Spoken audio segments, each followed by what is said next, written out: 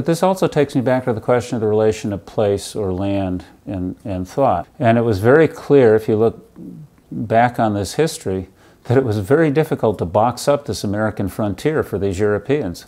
The world looked entirely open to them. It looked possible to do pretty much anything with hard work and some good luck. And so this notion of possibility became very quickly a text that underwrote what American culture and thought was going to do. The key issue is growth, openness, possibility. Now the key factor here, as William James was one of the few to point out rather repetitively but importantly, if you have that kind of spontaneity and freedom and possibility, you also run the risk of severe loss.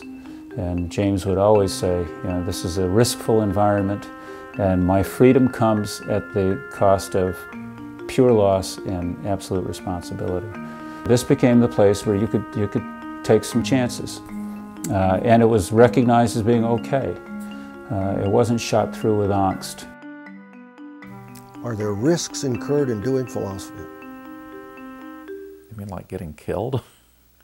Like Socrates or Bruno? Are there risks in doing anything? Boy, the question of whether philosophers are heretics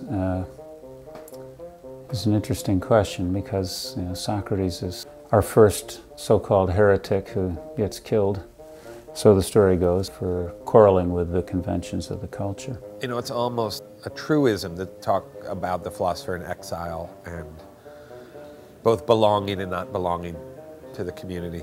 But if the philosopher is about destabilizing the inertia of habits such that some redirection could occur, defenders of a well-ordered society might be resistant.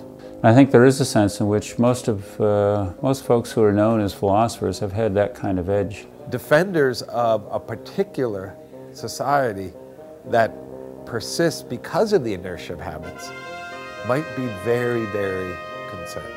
In, I believe, the Great Speeches of 1939, if you look there, you'll find a very thinly veiled reference to Dewey, in which Mortimer Adler indicates that, in his view, Dewey is even more dangerous to democracy than Adolf Hitler, and that the United States will not, or in fact the world will not be safe for democracy until professors of this ilk are liquidated.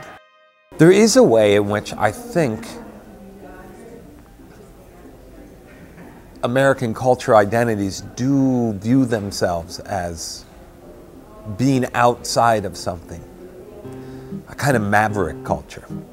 Because it's not just being on the outside in the sense of having been excluded or banished, although that's certainly happened, but it's usually on the outside while doing the good work or working on behalf of virtue, a virtuous outsider.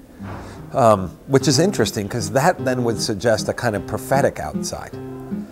Right? The prophet is the one within the community who tries to bring it back to its ideals. There's a very interesting way, and I never really thought about it before, in which that suggests a kind of philosophical bearing.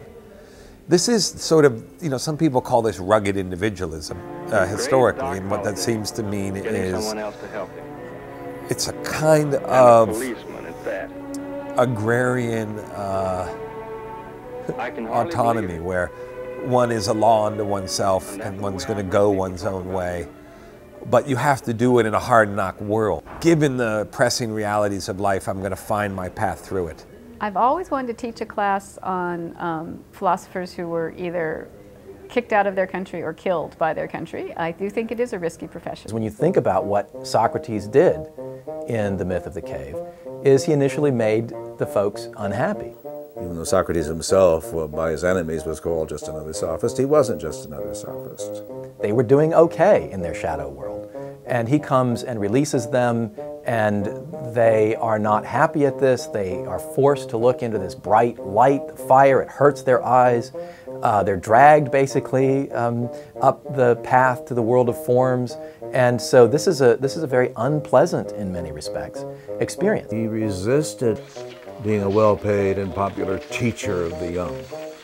He, in making them successful as the world measures success.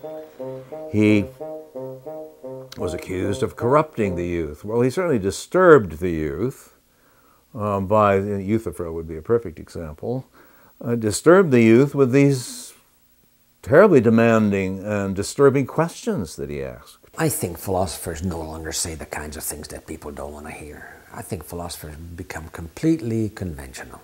I think for the most part, academicians are scared people. They're afraid of their shadow. They're afraid of administrations. They're afraid of everything. They'll speak in bold terms about this and that. They're great liberals in their classrooms.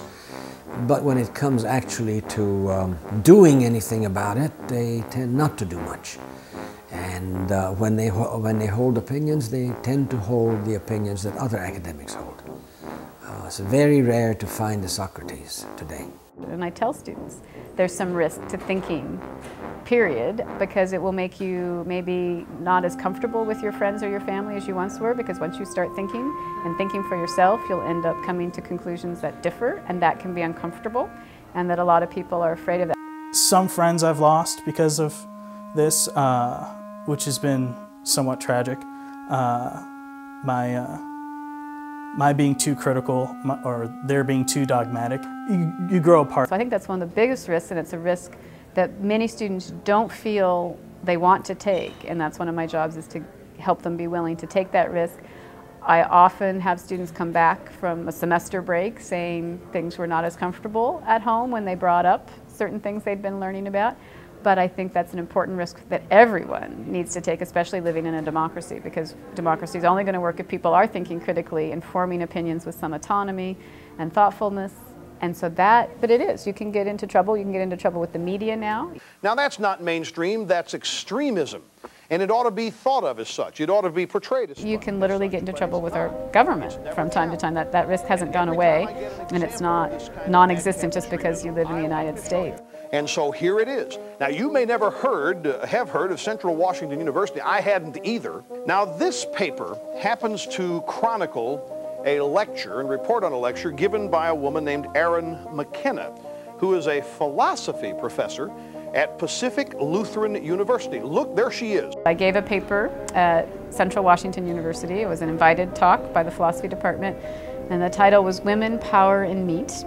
And it was comparing two books and was basically arguing that the process of objectification in factory farming for animals and in pornography for women was a similar form of objectification, and that if you had a problem with one, you should have a problem with both, and these would be practices that needed to be looked at critically. From balconies, you can look across entire rooms of assembly, or rather, disassembly activity.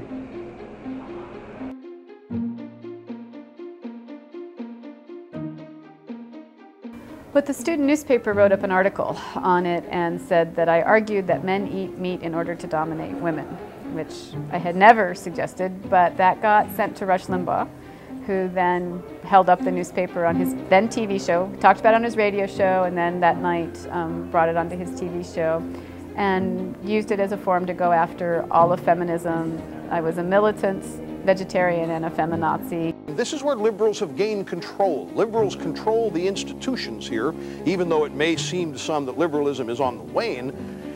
They still have tenured professorial positions at major universities. Used it to say this is how liberals were taking over the academy. I was not a tenured professor. He referred to me as a tenured professor, inflicting this on my students. This was outside the classroom, was totally voluntary, free lecture. When I tried to write and say what I actually argued or what the situation was, there was no response. And from his viewers, they would say, no, Rush said you said this, rather than actually even wanting to read the paper. So I got to feel that side of the media, but I found no venue to respond effectively. Was it a positive or negative experience? I don't know. But it was a tough one, and it led to things like people saying, as long as she teaches at PLU, we'll never give money, or my daughter won't go there. And luckily I had a president and dean who supported academic freedom. I think in some cases that would be another risk that a philosopher could end up facing. That's why tenure is important, is actually to help with that risk and let people really debate these ideas in a free fashion. Oh.